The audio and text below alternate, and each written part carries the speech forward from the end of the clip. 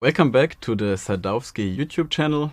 My name is Nicolas Wilfer and I'm really happy to have Mr. Marius Goldhammer here. Hello. He ordered the bass a couple of months ago and he is here today to pick it up. Marius got a really long and cool factory tour, I think. I explained to him every step about the production. You got a really good insight about the woods and the differences, how we are producing the Sadowsky basses. And I know you've been here already 4 or 5 years ago as a teacher for our bass camps, but some things have changed since we took also over the Sadowsky production. Yes. So what's your impression about the factory tour? I have to say I learned quite a lot during the tour, and it was very impressive to see how you produce your instrument. And I already knew what kind of quality you can build here. I got a very much deeper look inside all the production facilities right now. Because the last time I was here, you haven't produced the Sadowsky line yet. Now I really have a deeper look in every little detail of the production, and it's a lot of input today. I already noticed in the bass and in the instruments that I had in my hands that that's a lot of attention to detail. You can feel and see it when you have it in your hands that there's a great quality in the building. I'm very impressed by the whole company, and not only the quality but also all the inventions that are made here and how much is thought about the whole building process. Yeah, we never stop developing here, so we're always running here. Yeah. It never stops, and we always look for inventions and things we can do better or improve. Yeah. So that's a big part. It's very nice to see and very impressive and a lot to learn and to think about. Yeah, so that's some great words. You told me that you couldn't wait actually for this bass and that you secretly purchased already your actual first one, and this is your second bass. That's true. Actually, it's my third Sadowsky because the first Sadowsky I owned back in 1992 was one of the first 5-string 24-fret basses that Roger built. And I got it because my idol, Will Lee, played one and I saw it and I had to have one bass like his. So I took all the money I could get and sold every other bass I had to get this very first Sadowsky bass. Yeah, after a while, things change and I made up my mind and I found another bass and then I had to sell it. All the time I kind of regretted that I sold it. And when I heard about the partnership of you guys and Sadowsky, I was all ears in and I checked it out a little bit, and then a Metro Express bass, a used one, popped up and I saw it and I thought, let's give it a try. It looks great and it's one of the new basses, so I cannot test it right now, but I give it a try. And I bought it, and after 5 minutes I was really floored by the quality and the playability and the sound of the bass. I wrote an email to Hans-Peter telling him, man, I love this bass, it's really killing. Yeah, we emailed back and forth, and after some more thinking about it, I ordered a MetroLine bass because I thought when the other one, the cheaper one, is so good, I have to have one from the real factory. So I ordered one from Hans-Peter, and he told me the waiting time is maybe 8 months or so. And after a couple of weeks, I was lurking around those basses and the MetroLines, and I bought one from another shop, one with a Morado fingerboard and an alder body, and it's my main bass ever since, because when I got it out of the box, I started playing it and I was really blown away. And I have so many basses at home, but I loved it, and immediately I felt the feel of the neck, which I knew from my old bass in '92 that I played for like 8 years or whatever, and used it on so many gigs and tours. It was like, full circle coming home. Like coming home, and I played it and I was like, wow, this is my bass. It's awesome. So it's been actually a really long time since you've been familiar with Sadowsky. Absolutely, yes. There's been a lot of change in between. And now you're here, as you say, to pick up the second bass. So what was the decision for the different configuration? Your other bass had a Morado fretboard. This one is now with maple. Actually, I'm usually more a fan of ash bodies and maple fretboard combinations, and especially in 5 strings, because it gives me the sound that I'm hearing. The Morado alder body version sounds a little bit different in the mids, in the mid frequencies, and maybe a little bit warmer. But by my usual configuration for a 5-string or an all-around bass that works in a lot of situations is usually a maple fretboard. So now I have both, and the best of both worlds. So maybe let's take a look to your new bass. Absolutely. Yeah, it's already, of course, since I have the other bass, it feels very familiar. This is also for what we stand for, is a consistent high-end quality. Yeah. And you can feel it in the bass. That's only one thing that I love about the basses and this company. I told you a lot in the production tour about our unique UV lacquering. It's got a lot of advantages. The UV, as you can see here, the wood is super transparent. It doesn't get this plastic feel, you know. The colors are really popping out. Yeah, I saw all the finishes on the wall, and it's absolutely amazing. I mean, you can do everything. And I already saw some custom shop basses that look absolutely stunning.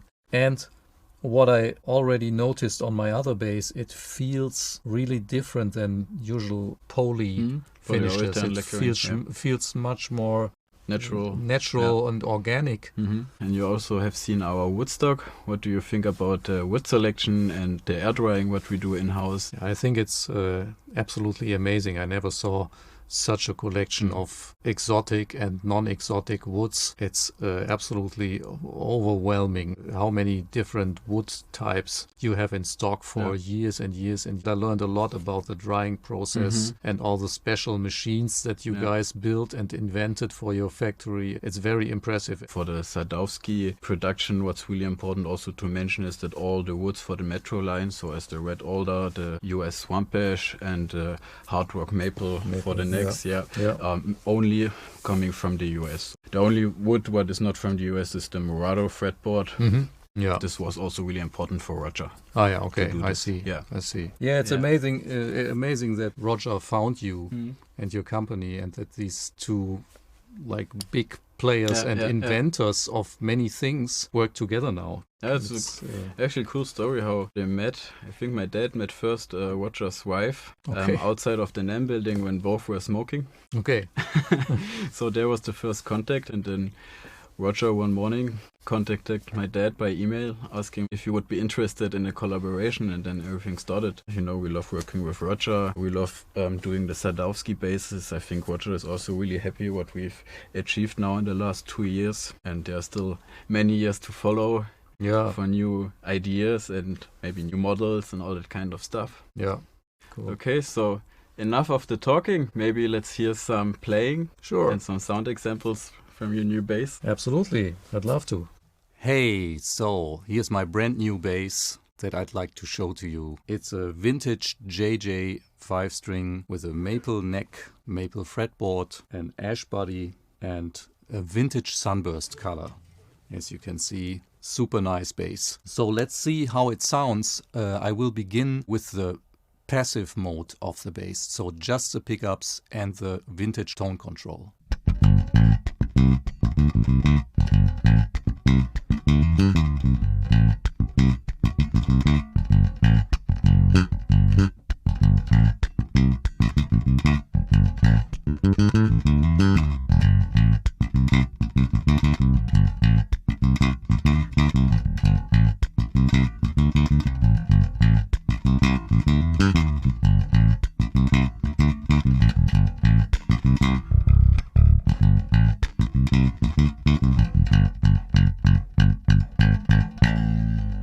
So that's the passive mode of the bass. And I have the blend control right in the middle, so both pickups are full on right now, as you heard in the last example. Now we switch into the active mode, which is the mode I prefer. The bass is slightly boosted on the active preamp. I go back with the passive tone control about 25% and leave the active treble control to 0. So there's no treble boosted right now. Let's see how that sounds.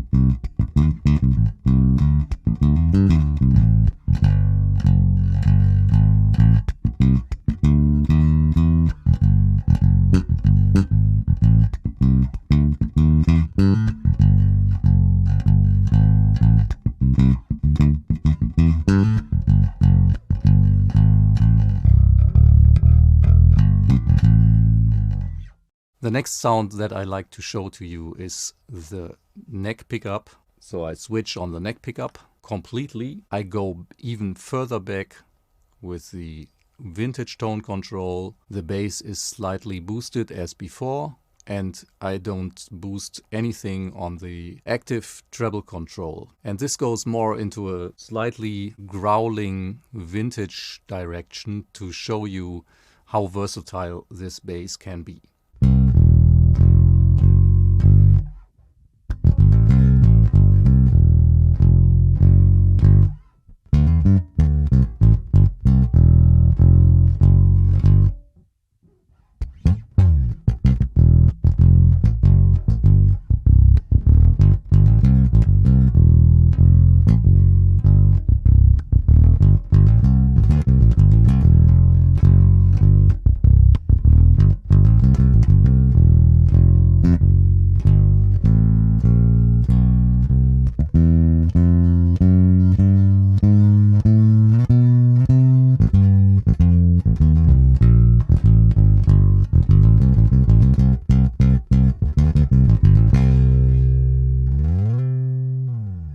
All the sounds you just heard are recorded over this little Warwick Gnome amp right out of the DI box of this amp. So for the next sound I'd like to show to you, I go to the bridge pickup a little bit, turn down the vintage tone control completely, boost the bass even more than before to get a little more bottom end, and leave the active tone control to 0. I use a pick in the next track, and let's see how that sounds.